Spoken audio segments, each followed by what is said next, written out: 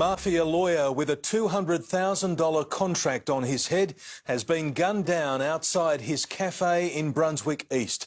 Joe Aquaro, who represented high-profile gangland criminals, was shot up to 5 times in a targeted execution as he walked to his car.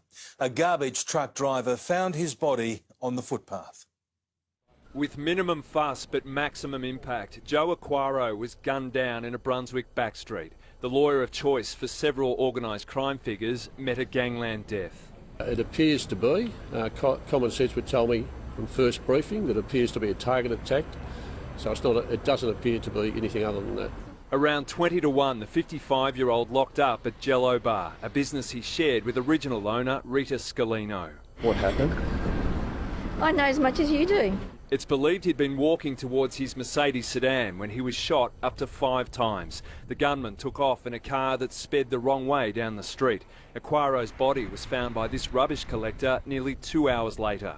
It's always a concern when someone meets their death like this in a public place. Joe Aquaro, also known as Pino, made his name as a criminal lawyer. He's represented senior mafia figures in Australia.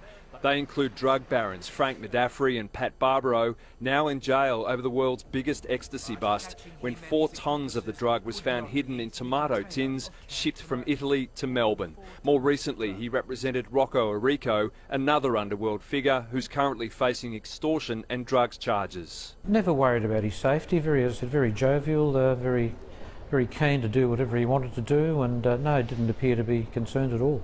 By late last year, Joe Aquaro had made enemies with people who wanted him dead. Police let him know that a $200,000 contract was being offered for anyone prepared to kill him. Forensic police recovered items including a smashed mobile phone from the scene. They've also viewed security camera vision. There was a suspicious fire at the Jello Bar in January, but police don't think it's linked to this murder. Staff couldn't hide their shock over the slaying. Loved ones and friends paying the price for what's believed to be bad blood between associates. The fact that it was left amongst the rubbish thing, I mean, that's really the lowest of the lowest. Shocked and bewildered, to be honest, and very disappointed, obviously, of losing someone of Pino's involvement in the Italian community. And Cameron Bowe joins us now from Brunswick. Cameron, could this execution spark more gangland violence?